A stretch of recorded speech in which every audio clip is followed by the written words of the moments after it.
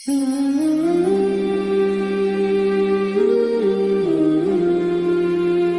بسم اللہ الرحمن الرحیم۔ آج 22ویں پارے سے ہم نے آغاز کرنا ہے۔ سورہ احزاب کا مطالعہ چل رہا تھا۔ سورہ احزاب کی شروع میں ازواج مطہرات کو مخاطب کرتے ہوئے خواتین کے لیے کچھ عمومی ہدایات ہیں، گائیڈ لائنز ہیں، خاص طور پہ مردوں کے ساتھ مخاطب ہوتے ہوئے کن چیزوں کو مد نظر رکھنا چاہیے۔ وَمَن يَقْنُتْ مِنكُنَّ لِلَّهِ وَرَسُولِهِ وَتَعْمَلْ صَالِحًا نُؤْتِهَا أَجْرَهَا مرتين۔ نبی کریم صلی اللہ علیہ وسلم کی ازواج سے مخاطب کرتے ہوئے اللہ سبحانہ وتعالیٰ کہہ رہے ہیں کہ جو تم میں سے اللہ اور اس کے رسول کی فرما برداری اختیار کرے گی اور نیک عمل کرے گی تو اسے ہم 2 گنا اجر دیں گے۔ وَأَعْتَدْنَا لَهَا رِزْقًا كَرِيمًا، اور اس کے لیے ہم نے بہت ہی باعزت رزق تیار کر رکھا ہے۔ یا نساء النبی لستن کأحد من النساء، اے نبی کریم صلی اللہ علیہ وسلم کی بیویوں تم عام عورتوں کی مانند نہیں۔ ان اتقیتن، اگر تم تقوی اور پرہیزگاری اختیار کرنا چاہتی ہو، فلا تخضعن بالقول، تو مردوں کے ساتھ لہک لہک کے باتیں مت کرو۔ فیطمع الذی فی قلبہ مرض فقلن قولا معروفا، تو امید پیدا ہو جائے گی اس شخص کے دل میں کہ جس کے دل میں مرض ہے، بیماری ہے، نفاق کی بیماری ہے، اور جب بھی تم بات کرو تو بھلی بات کرو۔ تو گفتگو کے آداب سکھائے گئے۔ بعض عورتوں میں یہ ہوتا ہے کہ مردوں سے گفتگو کرتے ہوئے اس طرح سے بنا سنوار کے گفتگو کریں گی کہ مرد ان کی طرف اٹریکٹ ہو، اس سے منع کیا گیا، کیونکہ سارے مرد ایک جیسے نہیں ہوتے۔ بہت سے مردوں کے دلوں میں بیماری ہے، شہوت کی بیماری ہے، نفاق کی بیماری ہے، اور بہت ساری دل کی بیماری ہیں، تو اس سے خرابی کے بہت سے راستے کھل جاتے ہیں۔ یعنی عورت کو مرد کے ساتھ گفتگو میں محتاط ہونا چاہیے، مرد کو بھی محتاط ہونا چاہیے، لیکن عورتوں کو ذرا زیادہ احتیاط کا حکم دیا گیا، کیونکہ مرد جو ہے اس کا معاملہ تو یہ ہے کہ وہ عورت کے پیچھے بھاگتا ہے، اس کے اندر فطری طور پہ عورت کی محبت ڈال دی گئی۔ تو ساتھ میں یہ بھی توجہ دلا دی گئی کہ ایسا بھی نہیں ہے کہ کسی مرد سے گفتگو کرتے ہوئے اب یہ بھی مطلب نہیں کہ اس کو ڈانٹنا شروع کر دیں یا اس کے ساتھ بدتمیزی سے پیش آئیں۔ وَقُلْنَ قَوْلًا مَعْرُوفًا، ایسی بات کریں جو کہ بھلی بات ہو۔ تو بہت زیادہ بنا سنوار کے گفتگو کرنا ہے، جیسا کہ بعض عورتوں کی عادت ہوتی ہے، اس کو پسند نہیں کیا گیا، کہ اس سے پھر بے تکلفی پیدا ہوتی ہے، اور وہ بے تکلفی جو ہے وہ پھر ایڈلٹری یا زنا کے راستے ہموار کرتی ہے۔ تو گفتگو کے آداب سکھائے گئے۔ کسی بھی مسلم سوسائٹی میں کوئی حرج نہیں ہے کہ مرد و زن کا آپس میں کوئی اختلاط ہوتا ہے تو اس میں وہ آپس میں گفتگو کریں۔ عورتیں بازار جاتی ہیں خریداری کے لیے تو دکاندار سے گفتگو کر لیتی ہیں، یا ڈاکٹر کے پاس چلے گئے اپنے بچے کو لے کے، ہاسپٹل میں چلے گئے تو وہاں پہ کوئی مردوں سے گفتگو ہو گئی۔ تو بہت ساری جگہوں پہ یہ گفتگو مطلب انسان اس سے بچ نہیں سکتا۔ تو آگے چل کے ازواج مطہرات کا بھی ذکر آ رہا ہے کہ بہت سے صحابہ اللہ کے رسول صلی اللہ علیہ وسلم کے گھروں میں آتے تھے، دروازے پہ کھڑے ہو کے ازواج سے گفتگو کر لیا کرتے تھے، کوئی چیز مانگنی ہوتی، یا آپ صلی اللہ علیہ وسلم کی دنیا سے جانے کے بعد ایسا بھی ہوا کہ بہت سے صحابہ ازواج سے آ کے حدیث کا علم بھی حاصل کرتے تھے، پڑھتے بھی تھے۔ تو دونوں طرف اگر ایک وقار ہو، ایک سنجیدگی ہو، تو اس انٹریکشن میں کوئی حرج نہیں۔ لیکن جہاں اس انٹریکشن کے اندر غیر سنجیدگی ہو، بے وقارہ پن ہو اور برائی کے راستے نکل رہے ہوں، تو پھر قرآن اس سے منع کرتا ہے اور اس کے اوپر قدغنیں عائد کرتا ہے۔ تو فرمایا فلا تخضعن بالقول، اپنی باتوں کے اندر لوچ مت پیدا کریں، نرمی مت پیدا کریں، یعنی بنا بنا کے جو ہے وہ جملے وہ مردوں کے سامنے پیش نہ کریں کہ جس کی وجہ سے ان کو ان کی طرف اٹریکشن ہو، اور خاص طور پہ اس مرد کو کہ جس کے دل میں نفاق کی بیماری ہے۔ تو اب ہوتا یہی ہے کہ بہت سی عورتوں کو شکایت ہوتی ہے مردوں کے رویوں سے۔ ٹھیک ہے، اس میں مردوں کے بھی مسائل ہیں کہ وہ اپنے رویوں میں محتاط نہیں ہوتے، لیکن بعض دفعہ میں عورت کے اینڈ پہ غلطی ہوتی ہے بہت دفعہ میں عورت کے اینڈ پہ آپ کو غلطی نظر آئی کہ خود وہ ایک مرد کے لیے مطلب دعوت بن جاتی ہے اپنی گفتگو، اپنے انداز، اپنے طرز تخاطب کی وجہ سے۔ اب اس کے بعد اس کو شکایت پیدا ہوتی ہے کہ جی مجھے ہراس کیا جا رہا ہے۔ تو ہراسمنٹ کی شکایات میں قرآن ہمیں یہی بات کہہ رہا ہے کہ عورت کو بس یہ دیکھنا چاہیے کہ اس کے اینڈ سے کوئی کمی اور کوتاہی تو نہیں ہے۔ اگر اس کے رویے میں کوئی ایسی کمی کوتاہی ہے تو اس کو درست کرنا چاہیے۔ اور دوسری چیز جس کی طرف اشارہ کیا وہ کیا ہے، ولا تبرجن تبرج الجاہلیت الاولی، کہ جیسے دور جاہلیت میں بن سنور کے باہر نکلتی تھیں اس طرح سے مت نکلو۔ تو جب تک دین اسلام کے احکامات نہیں تھے، پردے کے احکامات نہیں تھے، تو اس وقت تک تو یہی ہے کہ بن سنور کے، بن ٹھن کے عورتوں کا نکلنا، جیسا کہ آج کل بھی ہے۔ اسلام اس سے منع کرتا ہے کیونکہ اس سے بے حیائی کے دروازے کھلتے ہیں، بے حیائی کے رستے عام ہوتے ہیں۔ تو عورت جب بھی اپنے گھر سے نکلے تو اپنے آپ کو ستر و حجاب کی پابندیوں کے ساتھ، تو ہم نے کہا کہ جو ضروری انٹریکشن ہے مرد اور عورت کا اس میں حرج نہیں ہے، لیکن یہ ہے کہ وہ ستر و حجاب کے ساتھ ہو، ایک وقار کے ساتھ ہو، سنجیدگی کے ساتھ ہو۔ نیکسٹ آیات میں اللہ سبحانہ و تعالیٰ نے مردوں اور عورتوں دونوں کو مخاطب کیا۔ بعض روایتوں میں یہ بھی ملتا ہے کہ عورتوں نے اللہ کے رسول صلی اللہ علیہ وسلم سے یہ شکایت کی تھی کہ اللہ سبحانہ و تعالیٰ جب بھی خطاب کرتے ہیں قرآن مجید میں تو مردوں سے کرتے ہیں، عورتوں سے خطاب بہت کم ہے۔ ویسے تو جتنے احکامات مردوں کے لیے آئے ہیں، اقیم الصلاۃ، نماز قائم کرو، وآتوا الزکوٰۃ، زکوٰۃ ادا کرو، تو عورتیں اس میں تباً شامل ہوتی ہیں۔ لیکن یہ آیات دوبارہ ایسی اتری کہ جس میں مردوں کے ساتھ عورتوں کو بھی مخاطب کیا گیا۔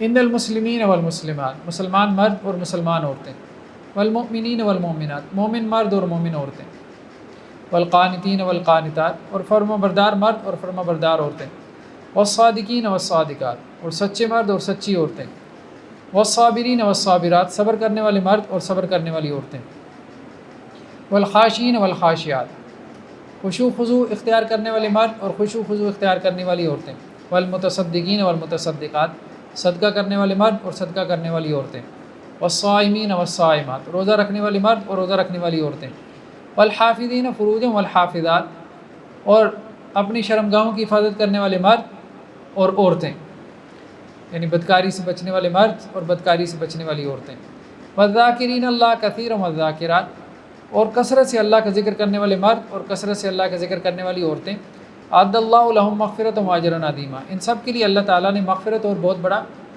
اجر تیار کر رکھا ہے۔ تو بہت ساری یہاں پہ صفات کا تذکرہ ہے، مطلب کوئی صفت اپنے اندر پیدا کر لو، صدقہ کرنے کی ہو، خشوع خضوع کی صفت ہو، روزہ رکھنے کی صفت ہو، بدکاری سے بچنے کی صفت ہو، سچ بولنے کی صفت ہو، صبر کرنے کی صفت ہو، فرما برداری کی صفت ہو، ایمان کی صفت ہو، کوئی صفت اپنے اندر ایسی پیدا کر لو کہ اللہ سبحانہ و تعالیٰ نے ان تمام صفات کے اوپر مغفرت کا وعدہ دے رکھا ہے۔ مطلب تمام صفات انسان کے اندر پیدا ہو جائیں وہ بھی بہت اچھا ہے، لیکن ان میں سے کوئی ایک صفت بھی اگر انسان اپنے اندر پیدا کر لے گا تو اس کے لیے بھی اللہ نے مغفرت کا وعدہ تیار کر رکھا ہے۔ نیکسٹ آیات میں ہمارے دین کا ایک بہت ہی بنیادی عقیدہ ختم نبوت کا، سیل آف پروفٹ ہو، نبی کریم صلی اللہ علیہ وسلم آخری نبی ہیں، آپ کے بعد کسی نبی نے نہیں آنا۔ آپ صلی اللہ علیہ وسلم نے اس بات کو ایک مثال سے واضح کیا کہ دیکھو جیسے کسی نے کوئی دیوار بنائی اور اس دیوار کے اندر ایک اینٹ کی جگہ خالی چھوڑ دی، تو یہ نبوت اور رسالت کی ایک دیوار تھی جو اللہ نے قائم کی، اور اس میں ایک اینٹ کی جگہ خالی تھی، میرے آنے کے بعد وہ جگہ فل ہو گئی، پر ہو گئی، گویا کہ اب اس کے بعد کوئی جگہ باقی نہیں رہ گئی، کسی نبوت کی ضرورت نہیں۔ اب لوگوں نے کیا کیا، انہوں نے کہا جی ایک تشریعی نبی ہوتا ہے جو شریعت لے کے آتا ہے، ایک غیر تشریعی نبی ہوتا ہے جو نئی شریعت نہیں لے کے آتا۔ تو اب انہوں نے اس قسم کی انٹرپریٹیشن شروع کر دی کہ وہ تشریعی نبوت ختم ہو گئی ہے، یعنی وہ نبی نہیں آئے گا جو کہ شریعت لے کے آتا ہے، ہاں دوسرا نبی آ سکتا ہے، غیر تشریعی نبی۔ پھر کچھ لوگوں نے یوں انٹرپریٹیشن کرنا شروع کر دی کہ ذلی نبی آ سکتا ہے، ذل جو سایہ ہو، نبی کا سایہ ہو، محمد رسول اللہ صلی اللہ علیہ وسلم کا سایہ ہو، مطلب عجیب و غریب قسم کے فلسفے جن کا کوئی سر پیر ہی نہیں ہے، یہ ذلی نبی ہے، یہ غیر تشریح نبی ہے، یہ برودی نبی ہے، یہ فلانا نبی ہے، فلانا نبی ہے۔ تو ہمارے ہاں مارکیٹ میں ایسی بہت سے لوگ ہیں، ڈیویٹڈ سیکٹس ہیں جنہوں نے نبوت کا دروازہ کھول رکھا ہے۔ بلکہ آپ وسلم کی ایک حدیث بھی ہے کہ میرے بعد 30 دجال پیدا ہوں گے، دجال، کذاب، جھوٹے، لائرز، ان میں سے ہر ایک نبوت کا دعویٰ کرے گا لیکن وہ نبی نہیں ہوگا۔ بہرحال آپ صلی اللہ علیہ وسلم کے زمانے میں ہی مسیلمہ کذاب اور اسی طرح اور بہت سے لوگوں نے جو ہے وہ نبوت کا دعویٰ شروع کر دیا تھا۔ 3 نبوت کے داعی تو آپ صلی اللہ علیہ وسلم کے فوراً بعد ہی پیدا ہو چکے تھے۔ اب اس کے بعد سے ہم چل رہے ہیں، ہم دیکھتے ہیں تو قرآن نے اس کو بالکل واضح انداز میں کلیئر کر دیا کہ ما کان محمد ابا احد من رجالکم، محمد صلی اللہ علیہ وسلم مردوں میں سے کسی کے باپ نہیں ہے۔ آپ صلی اللہ علیہ وسلم کی نرینہ اولاد تھی لیکن بچپن میں ہی فوت ہو گئی تھی۔ آپ کے بیٹے ابراہیم 1.5-2 سال ان کی عمر تھی تو بچپن میں ہی فوت ہو گئے۔ اس کے علاوہ آپ کے 2 اور بیٹے تھے، وہ بھی بچپن میں فوت ہو گئے۔ آپ کی جو آگے نسل چلی اللہ کے رسول صلی اللہ علیہ وسلم کی، تو وہ آپ کی بیٹیوں سے، خاص طور پر حضرت فاطمہ رضی اللہ عنہا سے آگے چلے۔ ولیکن رسول اللہ، لیکن آپ اللہ کے رسول ہیں۔ اب یہ بات کہنے کی ضرورت کیوں پیش آئی کہ آپ کی نرینہ اولاد نہیں ہے؟ اس کی وجہ یہ ہے کہ پیچھے ایک مسئلہ چل رہا تھا کہ آپ صلی اللہ علیہ وسلم کے اڈاپٹڈ چائلڈ تھے حضرت زید، ان کی اللہ کے رسول صلی اللہ علیہ وسلم نے شادی کر دی تھی اپنی پھوپھی زاد حضرت زینب کے ساتھ۔ جب ان کی شادی اپنی پھوپھی زاد حضرت زینب کے ساتھ کی تو حضرت زینب پہلے تو اس پہ راضی نہیں تھی، بعد میں آپ صلی اللہ علیہ وسلم کے کہنے پہ راضی ہو گئی۔ تو وہ جو حضرت زید تھے وہ آپ صلی اللہ علیہ وسلم کے اڈاپٹڈ چائلڈ تو تھے لیکن آزاد کردہ غلام بھی تھے، یعنی ان کا سوشل سٹیٹس برابر نہیں تھا اپنی اہلیہ کے، تو اس لیے وہ شادی زیادہ چل نہیں سکی، اس میں ڈائیورس ہو گئی۔ جب ڈائیورس ہو گئی تو اب آپ صلی اللہ علیہ وسلم کو اس کا رنج تھا، اس ڈائیورس کا، لیکن چونکہ آپ کے کہنے پہ حضرت زینب نے شادی کی تھی تو اس لیے آپ صلی اللہ علیہ وسلم کو یہ تھا کہ اب میں دلجوئی کی خاطر حضرت زینب سے شادی کر لوں۔ لیکن عرب معاشرے میں یہ کلچر تھا، یہ رواج تھا کہ اپنے اڈاپٹڈ چائلڈ کو اپنا بیٹا ہی سمجھتے تھے، سگے بیٹے کی طرح اس کو سمجھتے تھے، اور اس کی بیوی سے شادی کرنے کا مطلب بہو سے شادی کرنا، اور بہو سے شادی الاؤڈ نہیں تھی۔ تو اس بات پہ تبصرہ کرتے کہا گیا کہ محمد صلی اللہ علیہ وسلم اگر شادی کرتے بھی ہیں زینب سے، جو کہ آپ صلی اللہ علیہ وسلم کی کزن بھی تھیں، پھوپھی زاد تھی، تو وہ آپ کی بہو نہیں ہے، کیونکہ آپ صلی اللہ علیہ وسلم جو ہے وہ کسی کے مردوں میں سے کسی کے باپ نہیں ہے۔ تو یہ اس کانٹیکس میں بات ہو رہی ہے۔ ولیکن رسول اللہ، آپ اللہ کے رسول ہیں، وخاتم النبیین، اور نبیوں کی مہر ہیں۔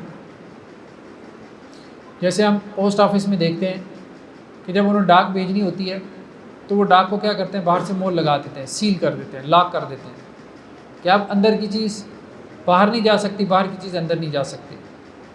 تو یہی معاملہ ہے کہ آپ صلی اللہ علیہ وسلم نبیوں کی مہر ہیں، آپ نے نبوت کو بالکل سیل کر دیا۔ اب کوئی نبوت جو ہے وہ نہیں آ سکتی آپ کے بعد، نبوت آپ کے ساتھ ہی ختم ہو چکی۔ اب قیامت تک کے لیے ہمارے لیے کیا ہے؟ یہ قرآن ہے، اللہ کی کتاب ہے، بس اسی سے ہم نے گائیڈنس لینی ہے۔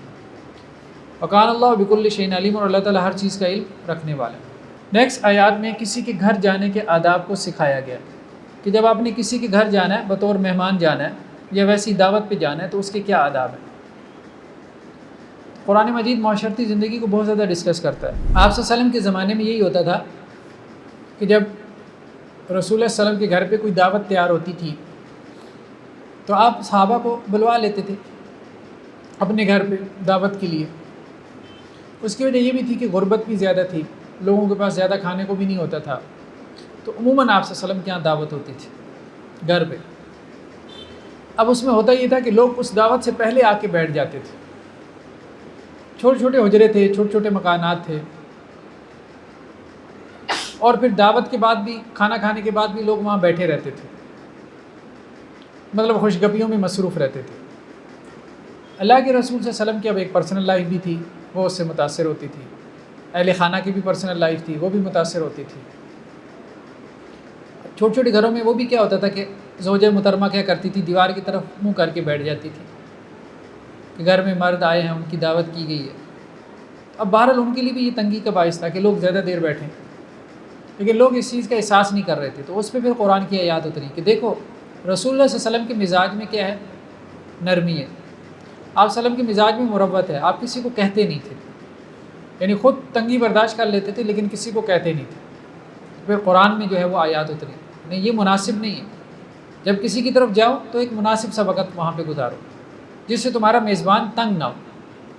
کسی کے ہاں جا کے بیٹھ جانا اس طرح سے کہ آپ کا میزبان تنگ ہو تو یہ بے ادبی میں شمار ہوتا ہے. قرآن اس کو ڈسکریج کرتا ہے. اگرچہ دین میں تو ایسی کوئی بات نہیں ہے، لیکن یہ بات بہت حد تک درست معلوم ہوتی ہے. کسی کی طرف اگر آپ نے مہمان بن کے جانا بھی ہے تو انسان کوشش کرے 3 دن سے زیادہ نہ ٹھہرے. مہمان نوازی بس 3 دن تک ہی ہوتی ہے. بعض روایتوں سے مطلب اس قسم کا خلاصہ نکالا جا سکتا ہے. اب 3 دن کے بعد اگر وہ آپ کی مہمان نوازی نہیں کر رہا تو مطلب یہ ہے کہ اس نے اپنی مہمان نوازی کر دی. اب اس کے بعد پھر اس کا احسان ہے بھئی آپ کے ساتھ کرے یا نہ کرے. 3 دن جو ہے وہ انف ہے، یعنی اللہ اور اس کے رسول نے جو حکم دیا ہے مہمان نوازی کا، تو اب اگلا بندہ 3 دن اگر مہمان نوازی کر دیتا ہے تو یہ اس کی طرف سے کافی ہے، مہمان نوازی کا حق ادا ہو گیا. اب اس کے بعد اگر وہ کر رہا ہے تو یہ اس کا احسان ہے، یہ اس کا احسان ہے. آپ کو اس کا احسان مند ہونا چاہیے. اور اگر وہ نہیں کرنا چاہتا تو اس کے اوپر کوئی وبال نہیں ہے، اس سے کوئی پوچھ گچھ بھی نہیں. یا ایھا الذین آمنوا، اے ایمان، لا تدخلوا بیوت النبی، تم نبی کے گھروں میں مت داخل ہو، الا ان یؤذن لکم الی طعام، مگر اس وقت جب کہ تمہیں کھانے کے لیے بلایا جائے. غیر ناظرین اناء، اور دیکھو وہاں جا کے بیٹھے نہ رہو، کھانا پکنے کے انتظار میں وہاں جا کے بیٹھ رہتے ہو، یہ بھی مناسب نہیں. بس جب کھانا تیار ہو عین اس وقت آ جاؤ. ولیکن اذا دعیتم فادخلوا، جب تمہیں بلایا جائے تو اس وقت آ جاؤ. فاذا طعمتم، پھر جب کھانا کھا لو، فانتشروا، چلے جاؤ، اٹھ جاؤ. ولا مستانسین لحدیث، اور وہاں باتیں کرنے کے لیے بیٹھے مت رہو. ان ذالکم کان یؤذی النبی، تمہارا یہ رویہ نبی صلی اللہ علیہ وسلم کو تکلیف دیتا ہے. فیستحیی منکم، اور نبی کریم صلی اللہ علیہ وسلم حیا کی وجہ سے تمہیں کچھ نہیں کہتے. واللہ لا یستحیی من الحق، لیکن اللہ تعالیٰ حق بات سے نہیں شرماتا.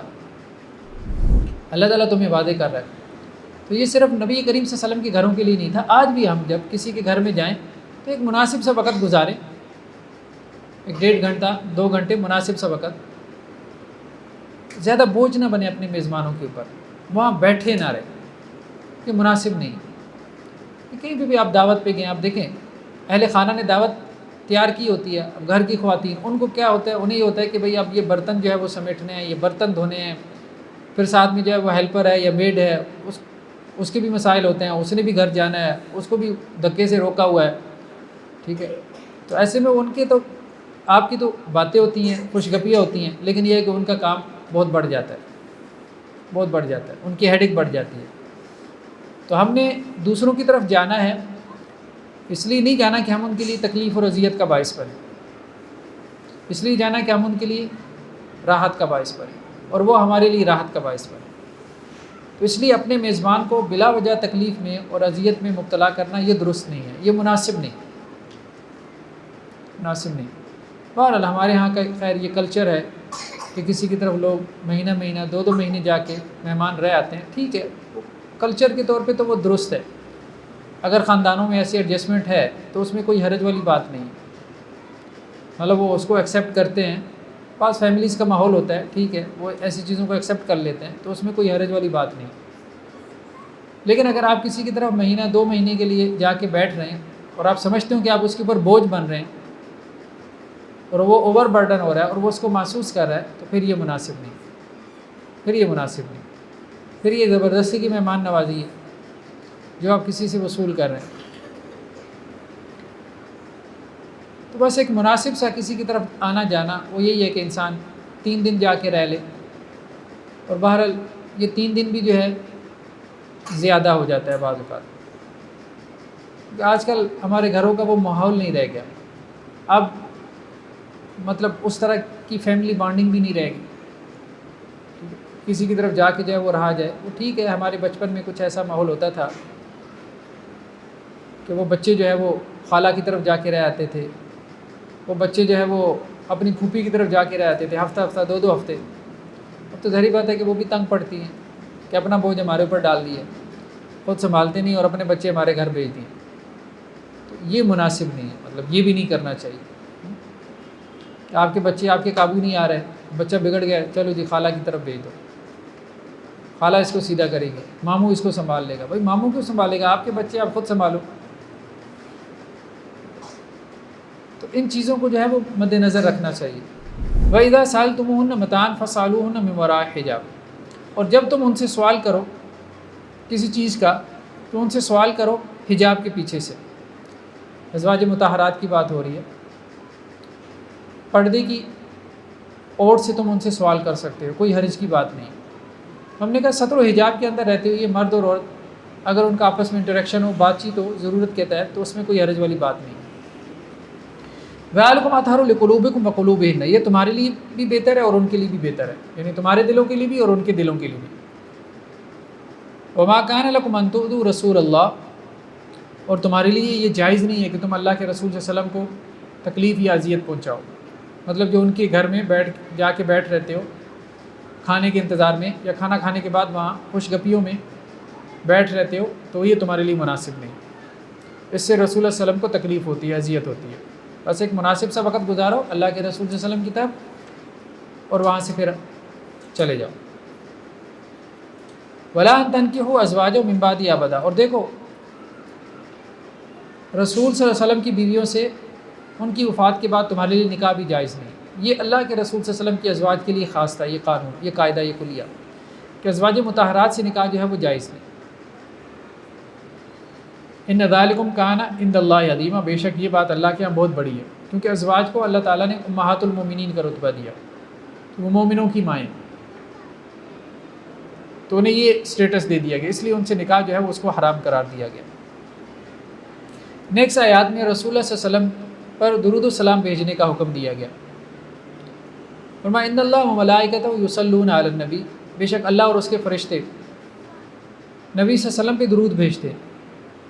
یا ایھا الذین آمنوا صلوا علیہ وسلموا تسلیما، اہل ایمان تم بھی اللہ کے رسول صلی اللہ علیہ وسلم کے اوپر درود بھیجو اور آپ کے اوپر سلامتی بھیجو۔ اللہ کا درود بھیجنا کیا ہے؟ رحمت اور برکتیں نازل کرنا۔ اور فرشتوں کا آپ صلی اللہ علیہ وسلم پہ درود بھیجنا کیا ہے؟ کہ فرشتے آپ صلی اللہ علیہ وسلم کے لیے دعا کرتے ہیں کہ اللہ تعالیٰ آپ کے اوپر رحمتیں اور برکتیں نازل کرے۔ اور ہمارا درود بھیجنا بھی یہی ہے کہ ہم آپ صلی اللہ علیہ وسلم کے لیے دعا کرتے ہیں کہ یا اللہ آپ صلی اللہ علیہ وسلم کے اوپر اپنی رحمتیں اور برکتیں نازل فرما۔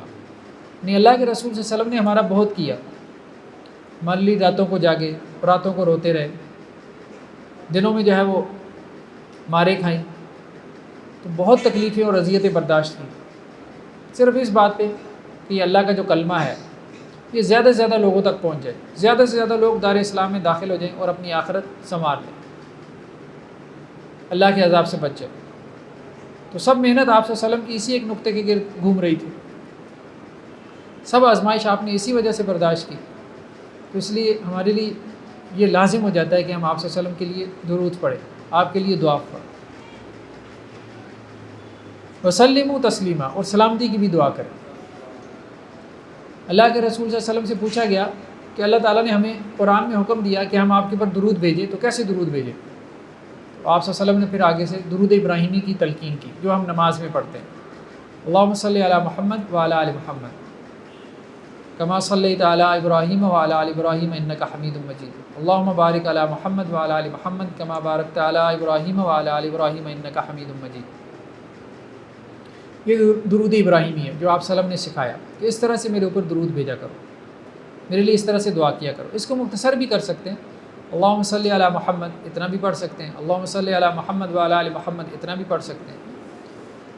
محمد صلی اللہ علیہ وسلم کے اوپر یا اللہ رحمتیں اور برکتیں نازل فرما، اور آپ کی آل کے اوپر، آپ کی آل میں آپ کے خاندان بھی آ جاتا ہے، آپ کی آل میں آپ کی امت بھی آ جاتی ہے، یعنی ہم سب اپنے لیے بھی دعا کر رہے ہیں، ایک طرح سے پوری امت کے لیے دعا کر رہے ہیں کہ اللہ ان کے اوپر رحم فرمائے، پوری امت پہ رحم فرمائے، محمد صلی اللہ علیہ وسلم پہ بھی رحم فرمائے اور آپ کی ساری آل اور امت پہ بھی رحم فرمائے۔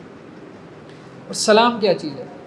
جب آپ صلی اللہ علیہ وسلم سے سوال کیا کہ سلام آپ کے اوپر کیسے بھیجیں، تو آپ صلی اللہ علیہ وسلم فرمایا کہ جیسے تم نماز میں تم کو سکھایا گیا، التحیات پڑھتے ہیں نا، التحیات للہ والصلوات والطیبات، السلام علیکہ ایھا النبی ورحمۃ اللہ وبرکاتہ، السلام علینا وعلی عباد اللہ الصالحین۔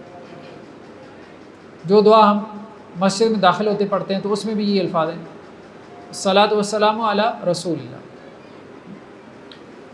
اللہم صلی وسلم علی نبینا محمد۔ کوئی بھی درود کے الفاظ پکارے جا سکتے ہیں، بولے جا سکتے ہیں، بہتر تو یہ کہ درود ابراہیمی پڑھا جائے، لیکن اس کے علاوہ الفاظ سے بھی درود بھیجا جا سکتا ہے، جیسے ہمارے یہاں معروف ہے صلی اللہ علیہ وسلم، صلی اللہ علیہ وآلہ وسلم، صلی اللہ علیہ وسلم، کسی طرح سے بھی درود پڑھا جا سکتا ہے، بس یہ کہ شرکی الفاظ نہ ہو۔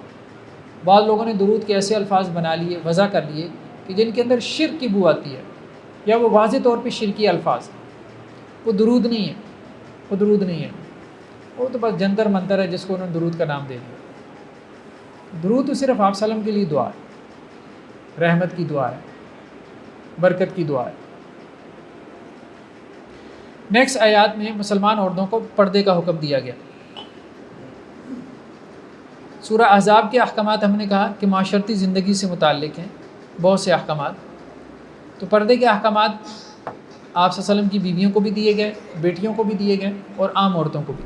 یا ایھا النبی کل ازواجک و بناتک،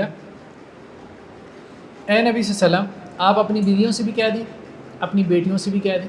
آپ کی 4 بیٹیاں تھیں، کچھ لوگوں کا کہنا یہ ہے کہ آپ کی ایک ہی بیٹی تھی، حالانکہ قرآن یہ کہتا ہے کہ بیٹیاں، بنات جمع کا صیغہ، آپ کی 4 بیٹیاں تھیں۔ ونساء المؤمنین، اور مومنوں کی عورتوں سے بھی کہہ دیں، عام مسلمان عورتوں سے بھی آپ کہہ دیں، یدنین علیہن من جلابیبہن، کہ جب وہ اپنے گھروں سے باہر نکلیں تو اپنے اوپر اپنے چادر لٹکا لیا کریں، یعنی اپنے چہروں پہ اپنی چادریں لٹکا لیا کریں۔ تو اس زمانے میں کیا ہوتا تھا کہ بڑی سی چادر جسے اوڑھنی کہتے تھے اپنے سر پہ لی ہوتی تھی، تو گھر میں تو وہ چادر لی ہوئی تھی، اب جب گھر سے باہر نکلے تو اسی چادر سے گھونگھٹ نکال لیا، یعنی اسی چادر سے کیا کیا، فیس کور کر لیا۔ پھر اس کی نئی شکلیں آ گئیں ہمارے یہاں مارکیٹ میں، جسے آج کل سکارف کہتے ہیں، کہ گھروں میں عورتوں نے جو ہے وہ اپنے سر پہ ایک خمار کی طرح، دوپٹے کی طرح، اوڑھنی کی طرح اس کو اوڑھ رکھا ہوتا ہے، لیکن جب گھر سے باہر نکلتی ہیں تو اسی سکارف کے ذریعے سے نقاب کر لیتی ہیں، اپنا فیس کور کر لیتی ہیں۔ پھر اس کی جدید شکل جو ہے وہ آج کل گاؤن ہے یا برقع ہے، لیکن پرانے زمانے میں یہ گاؤن یا برقع وغیرہ نہیں تھا۔ تو اصل چیز کیا ہے، فیس کورنگ ہے، کسی بھی ذریعے سے ہو جائے، دوپٹے سے ہو جائے، سکارف سے ہو جائے، گاؤن یا وہ آپ کہہ لیں کہ جی نقاب سے ہو جائے، برقعے سے ہو جائے، کسی بھی طریقے سے ہو جائے۔ تو قرآن یہ حکم دیتا ہے کہ جب مسلمان عورتیں اپنے گھروں سے باہر نکلیں تو فیس کور کر کے نکلیں۔ اس کی وجہ یہ ہے کہ عورت کے وجود میں اس کی کل خوبصورتی اس کا چہرہ ہی تو ہے، اس کا چہرہ ہی تو ہے، بلکہ انسان کی کل خوبصورتی اس کا چہرہ ہے۔ تو ہو کیا رہا تھا کہ جب مسلمان عورتیں اپنے گھروں سے باہر نکلتی تھیں تو مدینہ میں جو اوباش قسم کے یہودی تھے تو وہ ان کو تنگ کرتے تھے، آوازیں کستے تھے، ہماری زبان میں جسے بھونڈی کرنا کہتے ہیں۔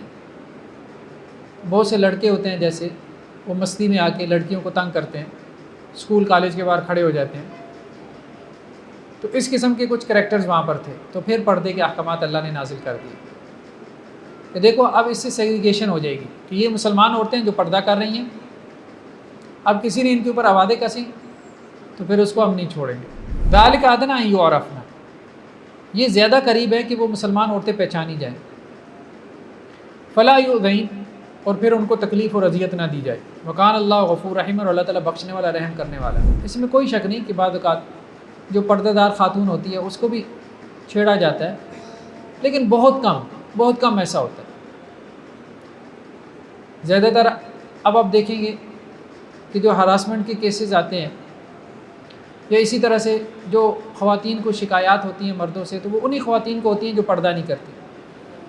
جو خاتون فیس کور کرتی ہے، پردہ کرتی ہے اچھے سے، اور مردوں سے ایک ڈسٹنس اور ایک فاصلے پہ رہتی ہے اور ایک تکلف برتتی ہے اپنی بات چیت میں، اپنے طرز تخاطب میں، اپنے انداز گفتگو میں، تو خود ہی اس کا ایک رعب طاری ہو جاتا ہے، اس کا ایک رعب طاری ہو جاتا ہے، مردوں کے اوپر بھی طاری ہو جاتا ہے، وہ بھی اس سے گفتگو میں محتاط ہو جاتے ہیں۔ اور جو خاتون بے تکلف ہوگی مردوں کے ساتھ تو اب مرد بھی اس کے ساتھ بے تکلف ہو جائے گی، اور وہ خاتون اپنا روب جو ہے وہ چھوڑ بیٹھے گی، اپنا روب داب جو ہے وہ ختم کر دے گی۔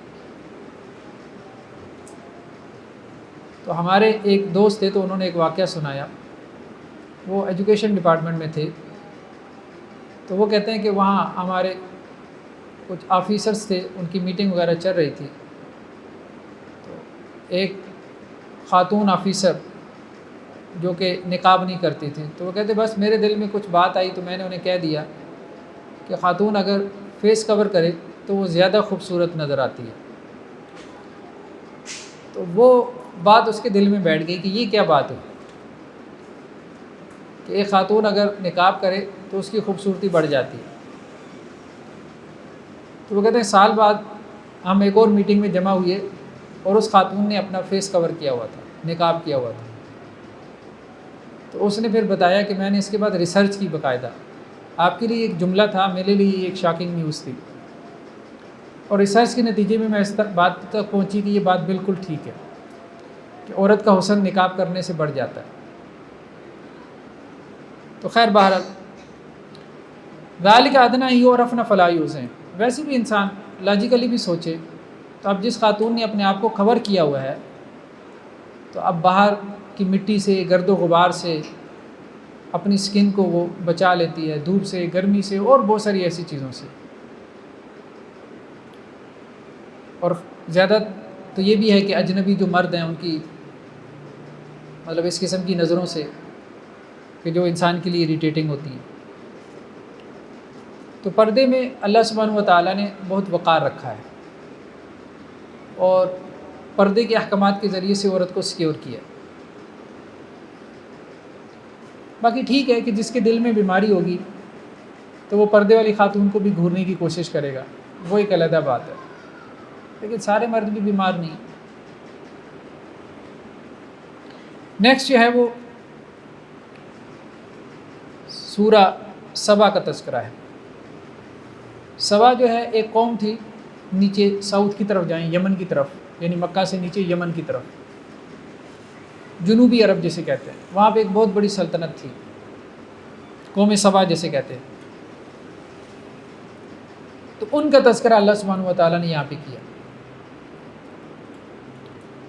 اور اس سے پہلے حضرت سلیمان علیہ السلام کی سلطنت کا ذکر ہے۔ حضرت سلیمان علیہ السلام کی جو سلطنت تھی یہ مکہ سے اوپر نارتھ میں، شمال میں، اوپر فلسطین کے علاقے میں تھی، سیریا فلسطین کا علاقہ تھا۔ وَلِسُلَيْمَانَ الرِّيحَ غُدُوُّهَا شَهْرٌ وَرَوَاحُهَا شَهْرٌ، سلیمان علیہ السلام کے لیے ہم نے ہوا کو مسخر کر دیا تھا۔ ایک مہینے کا سفر وہ ایک صبح میں کر لیتے تھے، اور ایک مہینے کا سفر وہ ایک شام میں کر لیتے تھے، یعنی ان کا جو تخت تھا حضرت سلیمان علیہ السلام کا ہوا میں اڑتا تھا۔ مطلب آج انسان یہ کہتا ہے کہ جی انسان نے بہت ترقی کر لی ہے، لوہے کو ہوا میں اڑا دیا، ہوائی جہاز بنا لیا ہے۔ 3000 سال پرانی بات ہے کہ ان کا تخت جو ہے وہ ہوا میں اڑتا پھرتا تھا۔ اللہ عالم اب جنات تھے کیا تھا، لیکن بہرحال اللہ نے تو اس طرح سے تذکرہ کیا کہ ہوائیں ان کے لیے مسخر ہو گئی تھی، ہوا ان کے تخت تو اڑاتی پھرتی تھی۔ وَأَصَلْنَا لَهُ عَيْنَ الْقِطْرِ، اور ہم نے ان کے لیے تانبے کا ایک چشمہ بہا دیا تھا۔ وَمِنَ الْجِنِّ مَن يَعْمَلُ بَيْنَ يَدَيْهِ، اور جنات ان کے لیے مسخر تھے، وہ ان کے حکم پہ ان کے کام کرتے رہتے تھے۔ وَمَن يَزِغْ مِنْهُمْ عَنْ أَمْرِنَا نُذِقْهُ مِنْ عَذَابِ السَّعِيرِ، اور ان جنات میں سے جو کوئی ہمارے حکم سے کجی اختیار کرتا تھا، منہ موڑتا تھا، تو ہم اس کو بھڑکتی ہوئی آگ کا عذاب چکھا دیتے تھے۔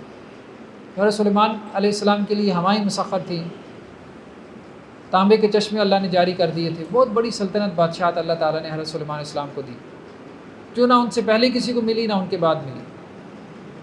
چرند پرند ان کی بولیاں وہ سمجھتے تھے، وہ ان کے لشکروں میں شامل ہوتے تھے، اور پھر جنات ان کے تابع تھے، جنات سے وہ بہت کام لیتے تھے، بڑی بڑی عمارتیں ان سے، بڑے بڑے برتن اور بڑے بڑے کام ان سے لیتے تھے۔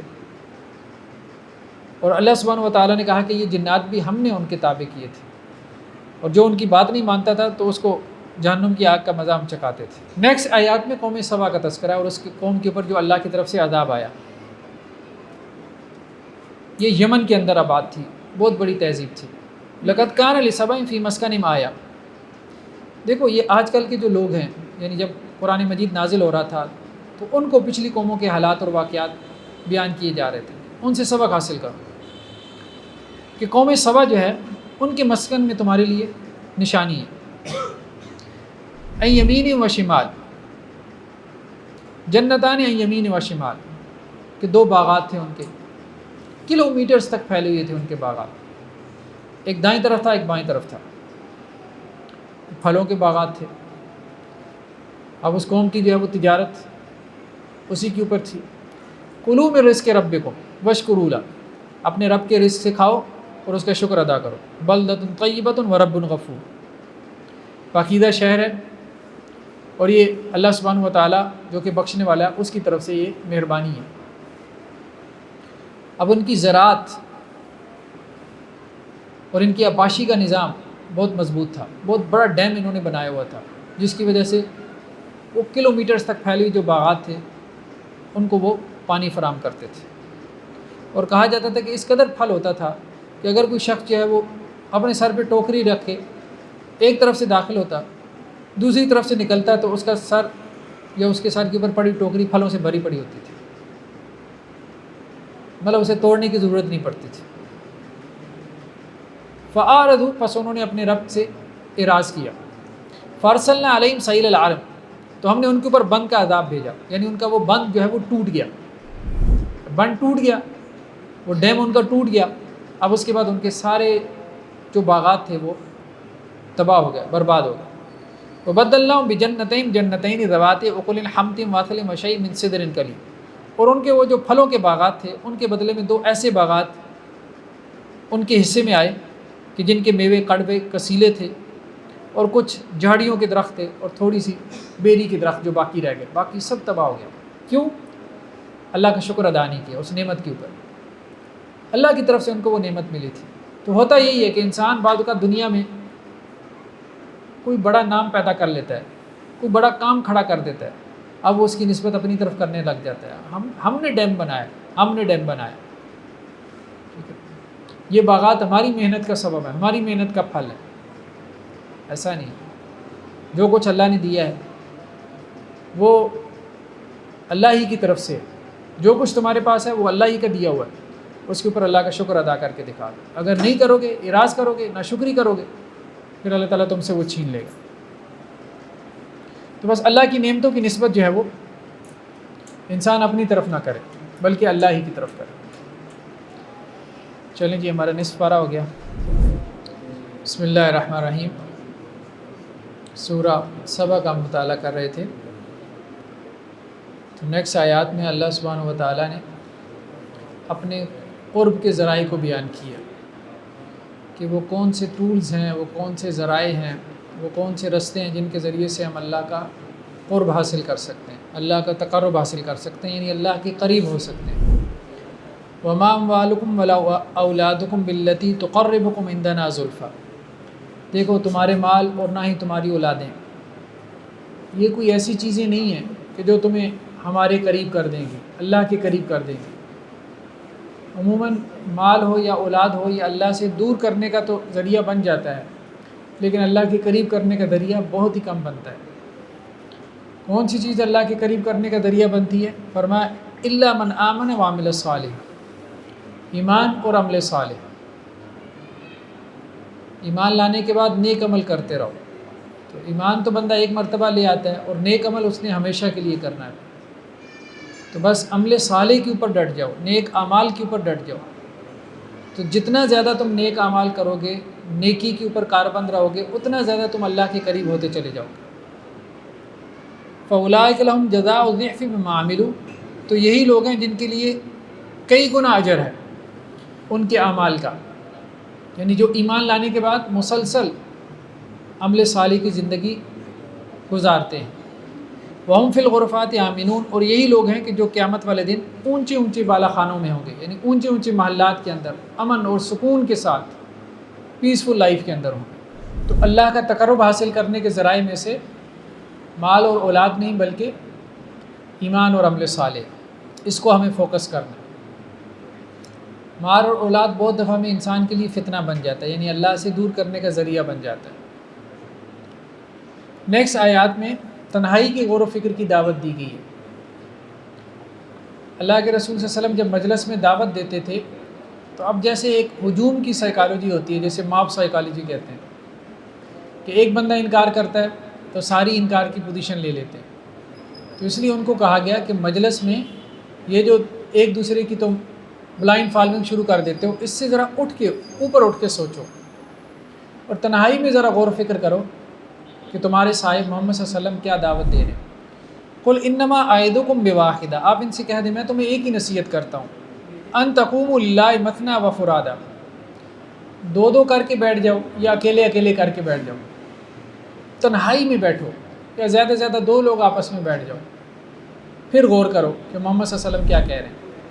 جب بہت زیادہ مجمع جو ہے نا وہ اکٹھ لگ جاتا ہے تو پھر اس مجمع میں انسان کی اپنی رائے نہیں باقی رہ جاتی، پھر مجمع کی رائے ہوتی ہے جو غالب آ جاتی ہے، مار دو بس، سب کے ذہن پہ ایک ہی چیز سوار ہو جاتی ہے۔ یہ جو ہمارے یہاں جتنی توڑ پھوڑ ہوتی ہے ہم دیکھتے ہیں الیکشن کے موقع پہ یا اس کے علاوہ جلسے جلوس جب ہوتے ہیں تو اس میں پیچھے کیا ہے؟ موب کی سائیکالوجی ہے۔ مطلب کچھ لوگ ہیں کہ جو ایک نعرہ لگاتے ہیں اور باقی لوگ بغیر سوچے سمجھے نہ چاہتے ہوئے بھی ان کے پیچھے چل پڑتے ہیں۔ تو ہجومی نفسیات یہی ہوتی ہے کہ آپ نہ چاہتے اس کا حصہ بن جاتے ہیں۔ تو اس لیے کہا گیا کہ اکیلے میں سوچو، دو دو کر کے سوچو۔ ثم تتفکروا ما بصاحبکم من جنہ، پھر ذرا غور و فکر کرو تو تمہیں معلوم ہو جائے گا کہ تمہارے صاحب کو کوئی جنون لاحق نہیں ہے، محمد صلی اللہ علیہ وسلم کے اوپر معاذ اللہ کوئی دیوانگی نہیں آ گئی۔ جو ہجوم میں ایک نعرہ لگتا ہے کہ محمد صلی اللہ علیہ وسلم معاذ اللہ مسحور ہیں، ان کے اوپر جادو کسی نے کر دیا یا جنات آتے ہیں ان کے اوپر، تو ساری تم اس کے اوپر فوراً ایمان لے آتے ہو۔ آج سوشل میڈیا میں بھی آپ دیکھیں اسی طرح سے اوپینین بنائی جاتی ہے۔ کوئی صاحب اپنی ویڈیو ڈالتے ہیں یا فیس بک کے اوپر کوئی پوسٹ لگاتے ہیں، اب اس کے نیچے ایک بندہ آ کے کمنٹ کرتا ہے، دوسرا کرتا ہے، اب ان کمنٹس کو دیکھتے ہوئے باقی لوگ بھی کمنٹ کرنا شروع کر دیتے ہیں، اس سے اثر لیتے ہوئے۔ لوگوں کی اپنی رائے بہت کم ہوتی ہے، عموماً لوگ دیکھا دیکھی چلتے ہیں کہ دوسرے کیا کہہ رہے ہیں اور ان سے اپنا ایک ذہن بنا لیتے ہیں۔ تو یہ انسان کی بہت بڑی کمزوری ہے، بہت بڑی کمزوری ہے، اتنی بڑی کمزوری ہے کہ یہ اس کی آخرت بھی تباہ کر دیتی ہے۔ جب اس کی اپنی رائے کوئی نہیں ہوگی، دوسروں کی دیکھا دیکھی اپنی رائے بنائے گا تو بعض اوقات ایک صحیح بندے کے بارے میں غلط رائے بنا لے گا اور بعض اوقات ایک غلط بندے کے بارے میں صحیح رائے بنا لے گا، کیونکہ لوگوں کی رائے صحیح ہے اس کے بارے میں۔ تو اپنی رائے بناؤ، اور اپنی رائے کیسے بنتی ہے؟ تنہائی میں غور و فکر کرو، تنہائی میں سوچو۔ کسی کی بھی بات، کسی کی بھی دعوت تمہارے سامنے آتی ہے تو تنہائی میں اس کے اوپر غور و فکر کرو۔ زیادہ سے زیادہ اپنے کسی دوست کے ساتھ بیٹھ جاؤ، دو بندے مل کے غور و فکر کر لو۔ ان الا نذیر لکم بین یدی عذاب شدید، بے شک نبی کا معاملہ کیا ہے؟ وہ تو ڈرانے والا ہے تمہیں ایک بہت بڑے عذاب سے جو تمہارے سامنے آ کر رہنے والا ہے۔ نیکسٹ سورہ فاطر کا آغاز ہوتا ہے۔ سورہ فاطر بھی مکی صورتوں میں سے ہے اور اس کے مضامین بھی وہی ہے جو مکی صورتوں کے مضامین ہیں۔ شروع کی آیات میں اللہ سبحانہ و تعالیٰ نے شیطان کی دشمنی سے انسانوں کو ڈرایا۔ یا ایھا الناس ان وعد اللہ حق، اے لوگو اللہ کا وعدہ سچا ہے، یعنی آخرت کا وعدہ، آخرت آ کر رہنے والی ہے۔ وہ دن کہ جب تم اپنے رب کے سامنے کھڑے ہوگے، جب تمہارا رب تم سے پوچھ رہا ہوگا کیا کر کے آئے ہو۔ فلا تغرنکم الحیات الدنیا، تو تمہیں دنیا کی زندگی دھوکے میں مت ڈال دے۔ ہری بات ہے، دنیا کی زندگی تو ہے ہی دھوکا، اس کی چمک دمک، اس کی رونق دونک، اس کی گلیمر انسان کو دھوکے میں ڈال دیتی ہے۔ انسان آخرت کو بھول جاتا ہے، آخرت اس کے وہم اور خیال میں بھی باقی نہیں رہ جاتی، وہ آخرت کو سوچتا بھی نہیں۔ ولا یغرنکم باللہ الغرور، اور دیکھو تمہیں اللہ کے بارے میں دھوکے میں نہ ڈال دے بہت بڑا دھوکے باز۔ بہت بڑا دھوکے باز کون ہے؟ شیطان۔ اللہ کے بارے میں اس کا دھوکہ کیا ہے؟ اللہ کو بلوا دیتا ہے، انسان اللہ کو یاد نہیں رکھتا، ہر وقت اس کے ذہن کے اوپر دنیا سوار رہتی ہے، دنیا کی کوئی چیز، دنیا کی کوئی شے۔ اللہ پس منظر میں چلا گیا، آخرت پس منظر میں چلی گئی۔ ہے انسان کمزور ہے، خلق الانسان ضعیفا، انسان کو کمزور پیدا کیا گیا ہے، لیکن اللہ کا مطالبہ تو یہی ہے کہ بھئی ایفرٹ کرو، اس کمزوری کے باوجود تم نے اپنی اس کمزوری پہ قابو پانا، یہی تو تمہارا امتحان ہے۔ ان شیطان لکم عدو فاتخذوه عدوا، بے شک شیطان تمہارا دشمن ہے، اس کو اپنا دشمن سمجھو، نہیں تم اس کو دشمن بنانے پہ تیار ہی نہیں ہو۔ تمہارا رویہ تو ایسا ہے کہ جیسے تم شیطان سے دوستی کرنے کے لیے تیار بیٹھے ہو، تو یہ رویہ ٹھیک نہیں ہے۔ اس نے تو چیلنج دیا تھا اللہ سبحانہ و تعالیٰ کو کہ آدم کی وجہ سے مجھے اللہ کے دربار سے نکالا گیا، تو میں تو ان کے آگے سے، پیچھے سے، دائیں سے، بائیں سے، اوپر سے، نیچے سے، 6 کی 6 ڈائریکشن سے آؤں گا اور اس کو گمراہ کر کے رہوں گا۔ کس کو؟ اولاد آدم کو۔ اس نے تو اللہ کو چیلنج دیا تھا، تو وہ تو تمہاری دشمنی میں اتنا زیادہ جو ہے وہ آگے تک نکلا ہوا ہے، اور تم اس کو دشمن بنانے کو تیار ہی نہیں، دشمن سمجھنے کو تیار نہیں۔ اور تمہارا لائف سٹائل کیسا ہے، تمہارا زندگی گزارنے کا طریقہ کار کیا ہے کہ جیسے کوئی تمہارا دشمن ہے ہی نہیں۔ مطلب جس نے دشمنیاں پال رکھی ہوتی ہیں تو وہ اپنے باڈی گارڈ ساتھ رکھتا ہے نا، اس کو پتہ ہوتا ہے بھائی گھر سے باہر نکلا تو کبھی بھی دشمن گھات لگا کے بیٹھا ہے تو حملہ آور ہو سکتا ہے۔ اللہ سبحانہ و تعالیٰ کہہ رہے ہیں دشمنی تو شیطان نے پال رکھی ہے تم سے، بھلے تم نے اس کو دشمن نہ بنایا، اس نے تمہیں بنا لیا، اب تمہیں اس کو دشمن بنانا پڑے گا۔ اور اس کو دشمن بنانے کا مطلب کیا ہے، اس کو دشمن سمجھنے کا مطلب کیا ہے کہ وہ گھات لگائے بیٹھا ہے تم کو گمراہ کرنے کے لیے، تو تمہیں ہر لمحے چوکنا رہنا ہے، کب کیسے وہ حملہ کرتا ہے، اس کو سمجھنا بہت ضروری ہے۔ اس پہ علامہ ابن جوزی علیہ رحمہ کی کتاب بہت اچھی ہے، تلبیس ابلیس، ابلیس کا جال، شیطان کا جال، کہ شیطان نیک لوگوں کو کیسے گمراہ کرتا ہے، کیسے اپنے جال کے اندر پھنساتا ہے۔ بعض اوقات انسان بندہ مومن اپنی سادگی میں بے وقوف بن جاتا ہے، شیطان کے ہاتھوں کھیلتا رہتا ہے اور اسے سمجھ ہی نہیں آتی کہ اس کے ساتھ کیا ہو رہا ہے، یہ شیطان اس کے ساتھ کیا کر رہا ہے۔ اس لیے قرآن متوجہ کرتا ہے کہ شیطان کو اپنا دشمن سمجھو، جب اس کو اپنا دشمن سمجھو گے تو چوکنے رہو گے کہ شیطان کا میرے اوپر وار تو نہیں ہو رہا، اور کیسے وہ مجھ پہ وار کر رہا ہے، اور مجھے اس کے وار سے کیسے بچنا ہے، کیسے جو ہے وہ میں نے اپنا دفاع کرنا ہے۔ ان الشیطان لکم عدو فاتخذوه عدوا، شیطان تمہارا دشمن ہے، اس کو اپنا دشمن سمجھو۔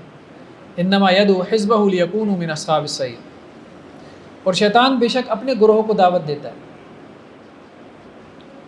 لیکونوا من اصحاب السعیر، تاکہ وہ دوزخ والوں میں سے ہو جائیں۔ شیطان کا پیچھا کون کرتے ہیں؟ جو اس کے ساتھی ہیں، جو جہنم میں جانا چاہتے ہیں وہی اس کا پیچھا کرتے ہیں نا۔ جو اللہ کا گروہ ہے، جو اللہ کے رسول کا گروہ ہے، تو وہ شیطان کا پیچھا نہیں کرتا، وہ شیطان کو دوست نہیں بناتا۔ نیکسٹ آیات میں اللہ سبحانہ و تعالیٰ نے یہ بات کہی ہے کہ ایک گمراہ شخص یا بدعتی شخص جو دین کے اندر انوویشن لے آتا ہے، نئی نئی باتیں دین کے اندر گھڑ لاتا ہے، اس کے لیے اس کے اعمال کو خوبصورت بنا دیا جاتا ہے، جس کی وجہ سے وہ اپنی بدعت سے بھاگتا نہیں ہے بلکہ اپنی بدعت کو پسند کرتا ہے۔ یہ مضمون قرآن میں کئی ایک مقامات پر ہے۔ اس کی وجہ یہ ہے کہ انسان کو اس کیفیت سے، ان حالات سے ڈرتے رہنا چاہیے کہ جب اس کو برائی نہ لگے اور وہ برائی کو جسٹیفائی کرنا شروع کر دے کہ یہ اچھائی ہے۔ افمن زین لہ سوء عملی فرآہ حسنا، تو جس کے لیے اس کا برا عمل خوبصورت بنا دیا گیا اور وہ اس کو اچھا کر کے دیکھ رہا ہے وہ برا کام کر رہا ہے، جھوٹ بول رہا ہے، رشوت لے رہا ہے، سود کھا رہا ہے، بدکاری کر رہا ہے، لیکن اس نے اس کو جسٹیفائی کر لیا۔ مختلف لیبل لگا دیتے ہیں۔ شراب سے تو اس لیے منع کیا گیا، مطلب اتنی پینے سے منع کیا گیا کہ جس سے نشہ نہ ہو، تو اگر نشہ ہو گیا تو پھر تو حرام ہے، اگر نشہ نہیں ہو رہا تو پھر کوئی حرج نہیں۔ تو اس طرح سے وہ جسٹیفائی کر لیتے ہیں، اپنے آپ کو مطمئن کر لیتے ہیں، شیطان بھی ان کو دلیلیں سجا دیتا ہے۔ تو جس کے لیے اس کا برا عمل جو ہے وہ مزین کر دیا گیا، تو اب وہ اپنے اس برے عمل کو کیا کر رہا ہے؟ اچھا دیکھ رہا ہے۔ فإن اللہ یضل من یشاء ویہدی من یشاء، تو اللہ تعالیٰ جس کو چاہتا ہے گمراہ کرتا ہے، جس کو چاہتا ہے ہدایت دیتا ہے۔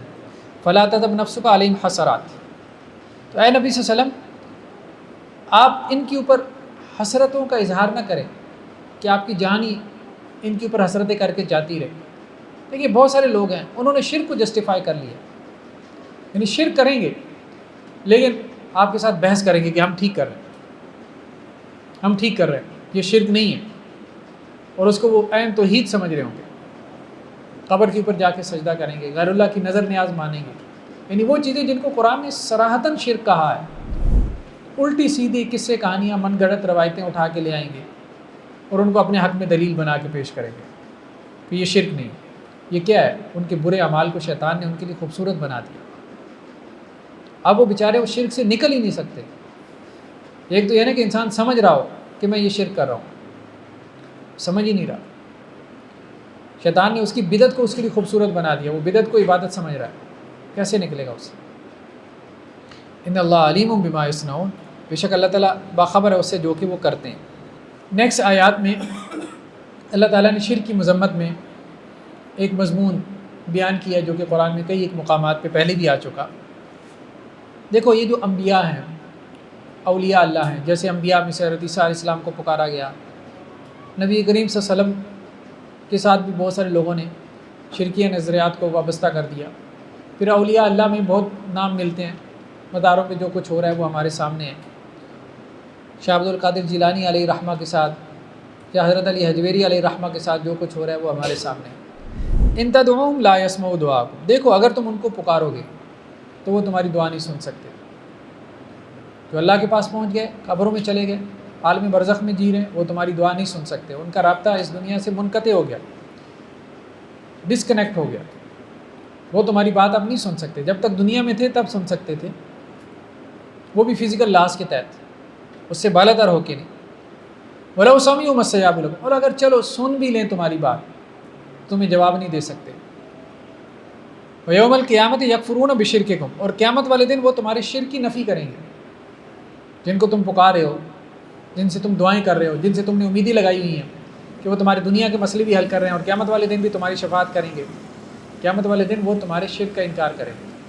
حضرت عیسیٰ علیہ السلام اس چیز کا انکار کریں گے کہ یا اللہ میں نے تو نہیں کہا تھا کہ مجھے اب آپ کا بیٹا بنا دے۔ شاہ عبد القادر جیلانی علیہ رحمہ، حضرت علی حجویری علیہ رحمہ، یہ بڑے بڑے بزرگان دین، بڑے بڑے اولیاء اللہ، یہ اللہ کی جناب میں انکار کریں گے، یا اللہ ہم نے تو نہیں کہا تھا کہ ہمیں آپ کے ساتھ شریک ٹھہرا لیں، آپ کو چھوڑ کے ہم سے مانگنا شروع کر دیں، ہم سے استغاثہ شروع کر دیں، ہم سے دعائیں مانگنا شروع کر دیں، ہماری قبر پہ سجدہ شروع کر دیں، ہمارے مدار کا طواف شروع کر دیں، ہمارے لیے نظریں نیازیں ہمارے درباروں کے اوپر چڑھانا شروع کر دیں۔ یہ کام تو بیت اللہ کے ساتھ کرنے کا تھا، لیکن یہ سب کچھ ہم دیکھ رہے ہیں کہ مزاروں کے ساتھ خاص ہو چکا ہے۔ بیت اللہ کے پاس جائیں آپ، بیت اللہ کے ساتھ، اس کی دیواروں کے ساتھ، جس مقام ملتزم ہے چمٹ جائیں اس کے ساتھ، اپنے گال رگڑیں، اپنا جسم رگڑیں، تو وہ پتھر ایسا ہے کہ اللہ سبحانہ و تعالیٰ نے الاؤ کی ہے کہ آپ اس کے ساتھ اپنے جسم کو مس کریں، ٹچ کریں، کیونکہ اس کی نسبت اللہ کی طرف ہو رہی ہے۔ وہاں جا کے نظر نیاز اور چڑھاوے چڑھائیں، بیت اللہ کی نظر کریں، وہ اصل میں توحید ہے۔ وہاں تو یہ سب کام کرنا کوئی نہیں ہے، اور یہاں کے پتھروں کے پیچھے پڑے ہوئے۔ نیکسٹ آیات میں اللہ سبحانہ و تعالیٰ نے 3 قسم کے لوگوں کا تذکرہ کیا کہ جب بھی اللہ تعالیٰ کسی قوم کو اپنی کتاب کا وارث بناتے ہیں، یعنی مسلمان قوم کی بات ہو رہی، مسلمان قوم میں پھر جو ماننے والی قوم ہوتی ہے، لوگ 3 حصوں میں تقسیم ہو جاتے ہیں۔ ثم اورثنا الکتاب الذین اصطفینا من عبادنا، پھر اپنے بندوں میں سے جن کو ہم نے چن لیا تھا، جنہیں ہم نے کتاب کا وارث بنایا، فمنہم ظالم لنفسہ، ان میں سے کچھ تو ایسے ہیں جو اپنی جانوں پہ ظلم کرنے والے ہیں، یعنی جن کا گناہوں کا پلڑا بھاری ہوتا ہے۔ جو قوم کتاب کے اوپر ایمان لے آتی ہے، پھر ان میں سے بعض وہ ہیں کہ جو گناہ کی زندگی بسر کرنے والے، ان کی زندگی میں، ان کے لائف سٹائل میں گناہ غالب ہے۔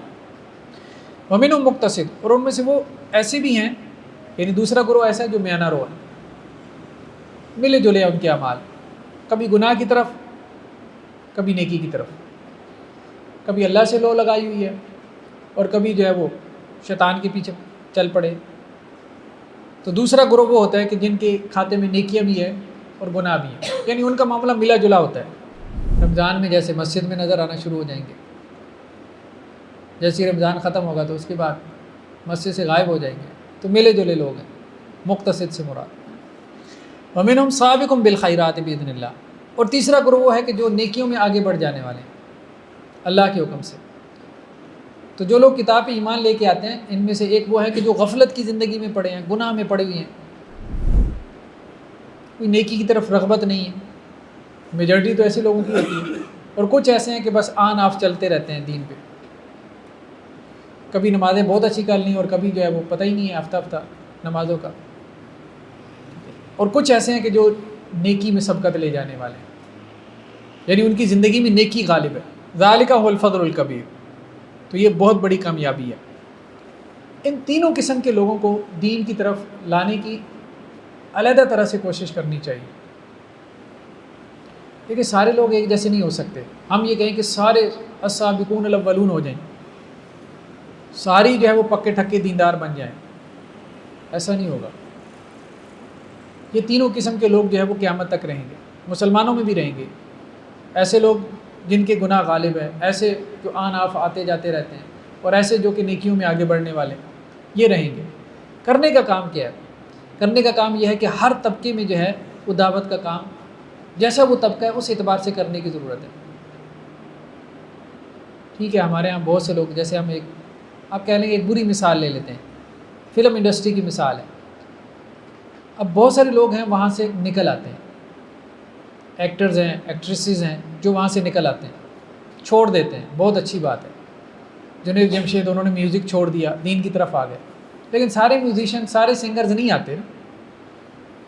آپ کہیں کہ جی 50 میں سے کوئی 2-4 آ گئے، باقی تو سارے وہاں پر ہی بیٹھے ہیں. انڈسٹری تو بند نہیں نہ ہوگی. اب آپ کہیں کہ جی سارے فلمی ستارے، شو بز والے دین کی طرف آ جائیں. ہماری دعوت تبلیغ سے تو ایسا کبھی بھی نہیں ہوگا. ٹھیک ہے 2-4 آ جائیں گے، بہت اچھی بات ہے. جو آ گیا وہ السابقون الاولون میں شمار ہوگا. اب جو وہاں پہ پڑے ہیں اور انہوں نے وہاں پہ رہنا ہے کہ اس انڈسٹری نے بند نہیں ہونا، تو وہاں ان پہ یہ محنت کرنے کی ضرورت ہے. اگر تو یہاں آ جائیں تو بہت بہتر ہے، لیکن جب یہاں نہیں آ سکتے تو کم از کم یہ کہ وہاں رہتے ہوئے کوئی نیکی کر لیں، اپنی زندگی کو کچھ بامقصد بنا لیں. یہ اصل میں کرنے کا کام، یہ کرنے کا کام. ایک وقت میں مولانا طارق جمیل صاحب نے ملاقاتیں شروع کی تھی، لوگوں نے ان کو کرٹیسائز کرنا شروع کر دیا. اللہ سبحانہ و تعالیٰ ہو سکتا ہے کسی نیکی کے اوپر وہ چلے جائیں. وہاں پہ بھی تو فرق ہے نا، بہت سارے لوگوں میں وہاں پہ بھی فرق آپ کو نظر آتا ہے. کسی کے اندر جو ہے وہ کوئی آپ کہہ لیں کہ جی اللہ کی طرف رجحان ہوتا ہے، تھوڑا بہت رجحان ہوتا ہے، اور اس کی وجہ سے وہ کوئی نیکی کر لیتا ہے. اس نیکی کی وجہ سے ہو سکتا ہے اللہ تعالیٰ اس کو معاف کر دے. تو میرے پاس جب کوئی ایسا کیس آتا ہے، اسی انڈسٹری سے متعلق کوئی لوگ جو کہ پریشان ہوں، تو میں تو عام طور پہ ان کو یہی کہتا ہوں، بھائی دیکھو بات یہ ہے، جس گند کے اندر تم پڑے ہوئی ہو وہاں سے نکل سکتے ہو تو بہت اچھا ہے. اگر نکل نہیں سکتے تو ایک مشورہ میں تمہیں دے سکتا ہوں، شاہ رخ خان نہیں بننا، عامر خان بن جانا. بہت فرق ہے دونوں میں. ایک وہ ہے کہ جس کا ایٹیچیوڈ یہ ہے کہ وہ بدھ کے سامنے جا کے سجدہ بھی کر رہا ہے. اس کا ایٹیچیوڈ کیا ہے کہ اس نے ایک ہندو لڑکی سے شادی کی ہوئی ہے، وہ پبلکلی یہ کہتا ہے میرے گھر میں مسجد بھی ہے، میرے گھر میں مندر بھی ہے، میرے گھر میں قرآن کی بھی تلاوت ہوتی ہے، میرے گھر میں گیتا بھی پڑھی جاتی ہے. اور دوسرا جو ہے وہ بھی ٹھیک ہے، اسی گند کے اندر پڑا ہوا ہے، لیکن شاید وہ گردن تک نہیں ڈوبا ہوا، وہ گھٹنوں تک ڈوبا ہوا ہے. اس کی زندگی میں کچھ نہ کچھ آپ کو مقصدیت نظر آتی ہے کہ وہ کوئی ویلفیئر کا کام بھی کر رہا ہے. ٹھیک ہے، اس نے حج بھی کر لیا. کچھ اس کی باتوں سے اندازہ ہوتا ہے کہ اس کے اندر کچھ نہ کچھ خدا خوفی موجود ہے. تو یہ ہے کہ جو لوگ وہاں سے نکل نہ سکتے ہوں تو اب ان کو چھوڑ نہیں دینا چاہیے. کہنے کا مقصد یہ ہے اگر تو آپ کی دعوت اور محنت سے آپ وہاں سے لوگوں کو نکال لیں تو بہت اچھی بات ہے، سیدھے رستے پہ ڈال دیں تو بہت اچھی بات ہے. لیکن ایک بندہ وہاں اس ماحول سے نکل ہی نہیں سکتا. دیکھیے سارے لوگوں کو ہم نہیں نکال سکتے. اب سب سے بڑا مسئلہ ہمارا چیلنج کیا ہے کہ جو لوگ ادھر یورپ میں، امریکہ میں، کینیڈا میں بیٹھے ہیں، وہاں برے ماحول کے اندر بیٹھے ہیں، ملینز میں ہیں. صرف یو کے اندر آپ دیکھ لیں ملینز میں مسلمان ہیں. اب آپ کہیں سارے ہجرت کر کے آ جائیں، کہاں آ جائیں؟ سعودی عرب، پاکستان. پہلی بات تو یہ کہ کیسے آئیں. دوسری بات ہے یہاں آ جائیں تو یہاں کون سا بہت پاکیزہ ماحول ہے. ٹھیک ہے، تو کہنے کا مقصد یہ ہے کہ بہت دفعہ میں انسان جو ہے وہ مجبور ہے. وہ جس ماحول میں پلا بڑا ہے نا، ہم چونکہ اس ماحول میں پلے بڑے نہیں ہیں، اب اس کو اس ماحول سے نکلنا مشکل محسوس ہو رہا ہے. نکل آئے تو بہت بڑی بات ہے. بہت بڑی اچیومنٹ ہے. لیکن جب نکل ہی نہیں پا رہا اس پورے ماحول سے جہاں وہ پھنسا ہوا ہے, ہم بھی اس ماحول میں ہوتے تو شاید ان سے زیادہ برے ہوتے, تو اب اسے وہاں اس ماحول میں کسی نیکی کے اوپر لگا دیں. ہو سکتا ہے اللہ تعالیٰ اس کے لیے کوئی معافی کا رستہ کھول دے. تو یہاں پہ اللہ سبحانہ و تعالیٰ نے 3 قسم کے گروہوں کا تذکرہ کیا. ایک وہ کہ جس کی زندگی میں گناہ غالب ہے, اس کی زندگی گناہوں سے لتھڑی ہوئی ہے, ظالم لنفسی, اپنی جان پہ ظلم کیے جا رہا ہے. وہی بات صحیح بخاری کی روایت کہ ایک فاحشہ اور ایک پروسٹیچیوٹ, ایک طوائف کو اللہ سبحانہ و تعالیٰ نے ایک کتے کو پانی پلانے کی وجہ سے بخش دیا, معاف کر دیا. مطلب جس ماحول میں وہ تھی وہاں پہ اتنی نیکی بھی بڑی بات تھی,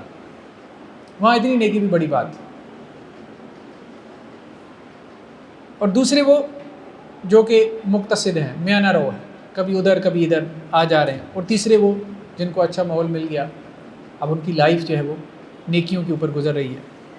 تو ہر بظاہر یہی محسوس ہوتا ہے کہ اللہ سبحانہ و تعالیٰ ہر کسی سے اس کے ماحول کے اعتبار سے پوچھ گچھ کریں گے, کیونکہ اللہ نے کیا دیا ہے کسی کو, ظاہری بات ہے جو اللہ نے دیا اس کے اعتبار سے اس سے پوچھ گچھ ہو. نیکسٹ آیات میں اللہ سبحانہ و تعالیٰ کی قدرت کاملہ کا بیان ہے. ان اللہ یمسک السماوات والارض ان تزولا, اللہ نے زمین اور 7 آسمانوں کو تھام رکھا ہے کہ وہ ٹل نہ جائیں. ولا ان زالتا, اور اگر وہ ٹل جائیں, ان امسکہما من احد من بعدی, اللہ کے علاوہ کون ہے جو ان کو روکے گا. آج تو ہم کہتے ہیں نا گریویٹیشنل فورس ہے جس نے ہر چیز کو کیا باندھ کے رکھا ہوا ہے, جس کی وجہ سے یہ سارا سسٹم چل رہا ہے, یہ کائنات جو ہے وہ چل رہی ہے. لیکن وہ گریویٹیشنل فورس بھی, وہ کشش ثقل جو ہے وہ کس نے رکھی ہے, کس نے پیدا کی ہے, اس کا خالق کون ہے, کریٹر کون ہے, اللہ کی ذات ہے. تو اللہ نے زمین اور آسمان کو باندھ کے رکھا ہوا ہے. اگر اللہ تعالیٰ اس فورس کو ختم کر دے مثال کے طور پہ, تو کیا ہے, یہ سب کچھ ہوا میں اڑتا پھرے گا اور آپس میں سب کچھ نظام دھرم برم ہو جائے گا, تباہ و برباد ہو جائے گا, بکھر جائے گا. تو زمین اور آسمان کو اللہ عز و جل نے تھام رکھا ہے. بھلے فزیکل لاز کے ذریعے سے, لاز آف نیچر کے ذریعے سے اللہ نے ان کو تھام رکھا ہے, لیکن اللہ نے ان کو باندھ رکھا ہے, تھام رکھا ہے. نیکسٹ آیات میں اللہ سبحانہ و تعالیٰ ایک اعتراض کا جواب دے رہے جو مشرکین مکہ کی طرف سے بار بار آتا تھا کہ اگر اللہ تعالیٰ ہے اور ہم اللہ کی نافرمانی کر رہے ہیں تو اللہ کی طرف سے ہمارے اوپر عذاب کیوں نہیں آتا. اللہ تعالیٰ اس کا جواب دے رہے ہیں, وَلَوْ يُؤَاخِذُ اللَّهُ النَّاسَ بِمَا كَسَبُوا مَا تَرَكَ عَلَىٰ ظَهْرِهَا مِن دَابَّةٍ, اگر لوگوں کے کرتوتوں کی وجہ سے اللہ تعالیٰ ان کو فوراً پکڑ لیتا تو زمین پہ کوئی چلتا پھرتا نظر نہ آتا. اگر ظالم کو اللہ تعالیٰ فوراً اس کے ظلم پہ سزا دے دیتا تو پھر کون ہے تم میں سے جو ظلم نہیں کر رہا, زمین پہ کوئی باقی نہ رہتا. اللہ تعالیٰ کا مقصد فوت ہو جاتا کہ اللہ نے ایک وقت تک کے لیے اس دنیا کو چلانا ہے. تو اللہ نے مہلت دے رکھی ہے, حساب کا ایک دن اللہ نے مقرر کر رکھا ہے کہ جس دن ہر ظالم کو اس کے ظلم کا جواب دینا ہوگا. اس سے پہلے اس کے لیے مہلت ہے.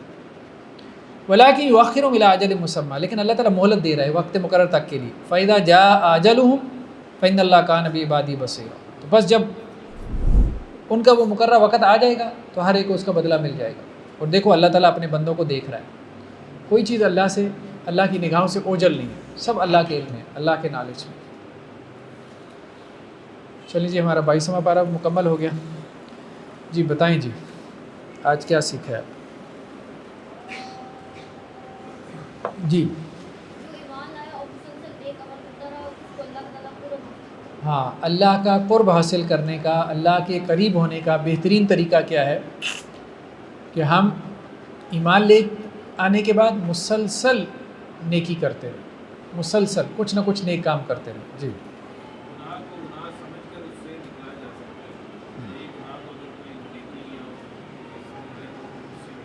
گناہ کو بندہ گناہ سمجھتا ہو تو پھر ہی اس سے نکل سکتا ہے, لیکن اگر گناہ کو جو ہے وہ جیسے بدعت ہے اس کو وہ سنت سمجھ لے, نیکی سمجھ لے, دین سمجھ لے, یا شرک ہے اس کو وہ توحید بنا لے, توحید سمجھ لے, تو پھر وہ نہیں نکل سکتا, پھر اس کا نکلنا مشکل ہو جاتا ہے. جی اور کون بتائے گا؟ ہاں 3 قسم کے لوگ, وہ جو کہ گناہ میں رکھتا ہے, اور ایک وہ جو گناہ کرتے ہیں نیکیاں بھی کرتے ہیں, اور ایک وہ جو نیکیوں میں سبقت دیتے ہیں. اور میں ان لوگوں پر فوکس کرنا چاہیے جو گناہ کرتے ہیں اپنے دین کی طرف تعلیم میں انہوں نے آہستہ آہستہ دین شکر کرنا اس بالکل صحیح. امت میں 3 قسم کے لوگ ہیں. ایک وہ ہیں کہ جن کی زندگی میں گناہ غالب ہے، یعنی وہ گناہ کی زندگی میں، گناہ کی دلدل میں ڈوبے ہوئے ہیں. دوسرے وہ ہیں جو کبھی گناہ میں اور کبھی نیکی میں. اور تیسرے وہ ہیں جو کہ نیکیوں کے اندر زندگی گزار رہے ہیں. تینوں کے اوپر محنت کرنے کی ضرورت ہے. کسی کی زندگی میں کوئی 10% بھی ہم تبدیلی لے آئیں تو یہ بھی بڑی بات ہے.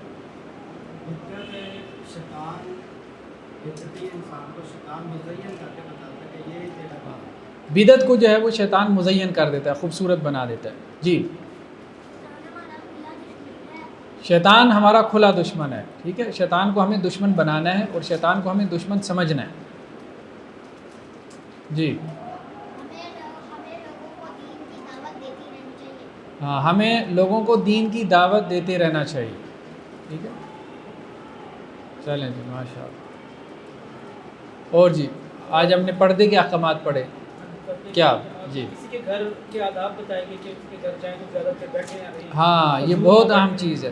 ہمارے ہاں سوشل ایشوز میں یہ بڑی چیز ہے کہ کسی کے گھر جانے کے کیا آداب ہیں.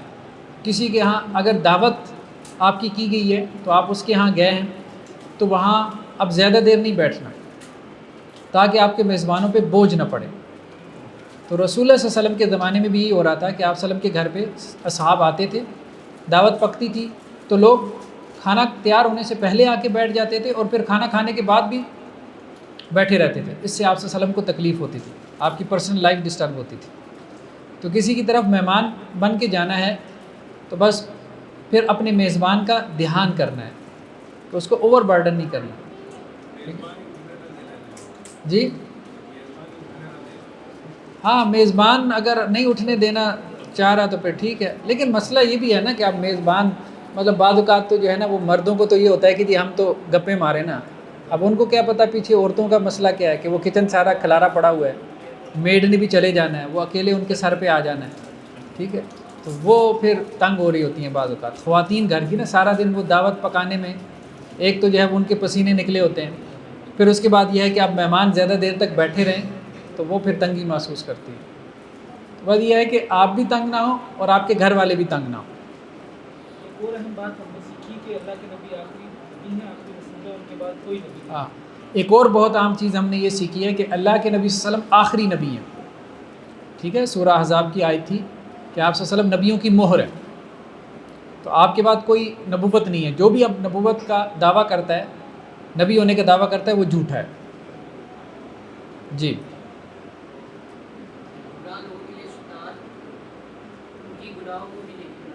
ہاں، گمراہ لوگوں کے لیے شیطان ان کی گناہوں کو نیکی بنا دیتا ہے، ان کے گناہوں کو مزین کر دیتا ہے. پردے کے بارے میں ہم نے کیا احکامات پڑھے؟ جی کون بتائے گا؟ جی عورت کو اپنا چہرہ ڈھانپ کے نکلنا چاہیے بازار. سورہ احزاب میں واضح طور پہ یہ بات ہے کہ جب خواتین اپنے گھروں سے نکلیں تو اپنا فیس کور کریں، نقاب کر کے باہر نکلیں. ٹھیک ہے، اسی میں ان کے لیے بہتری ہے، اسی میں ان کے لیے خیر ہے. اب اس میں اور بھی بعض چیزیں ایسی ہیں جن کو ہمیں مد نظر رکھنا چاہیے کہ ہمارے یہاں یہ جو خواتین بازار میں جاتی ہیں نا، چوڑیاں لینے کے لیے جائیں گی اور مطلب کہ جوتا وغیرہ خریدنے کے لیے جائیں گی. اب بعض دکاندار یا وہاں جو سیلز مین ہوتے ہیں جن کے دلوں میں بیماری ہوتی ہے، اب وہ نا خواہ مخواہ وہ جوتا پہنانے کے لیے اس پاؤں پکڑ لیں گے کسی خاتون کا. ٹھیک ہے، تو آپ کو ان کو اپنی لیمٹس خود بتانی ہے کہ بھائی ہمارا جسم اب اتنا بھی نہیں ہے کہ جی اب آپ اس کو جیسے چاہیں مرضی اس کو ٹچ کر لیں. تو چوڑیاں پہنانے کے لیے اس کے جو ہے وہ ہاتھوں میں جو ہے ہاتھوں اس کے پکڑ لیں گے تو یہ مناسب نہیں، یہ ٹھیک نہیں. مہندی لگانے کے لیے مرد بیٹھے ہوتے ہیں. ہاں، مہندی لگانے کے لیے مرد بیٹھے ہوتے ہیں، وہ عورتوں کے جو ہے وہ ہاتھ پکڑ کے اس پہ مہندی لگاتے ہیں. تو ہمارے یہاں بعض اوقات پردہ دار خواتین بھی اس میں کوتاہی کر جاتی ہیں. تو وہ کوتاہی بہت بڑی کوتاہی شمار ہوتی ہے. مطلب کسی مرد کا، اجنبی مرد کا آپ کو ٹچ کرنا تو یہ بالکل بھی مناسب نہیں ہے. اللہ کے نبی نے فرمایا کہ غیر محرم کو ہاتھ لگانے سے بہتر ہے کہ اپنے سر میں کیٹ ہو. ہاں، میرا خیال نہیں ہے کہ یہ ہم جو لوگ بیٹھے ہوئے ہیں اس میں ملوث ہو گئے. الحمدللہ رب العالمین، یہ مجھے 100% وہی لوگ ہیں جو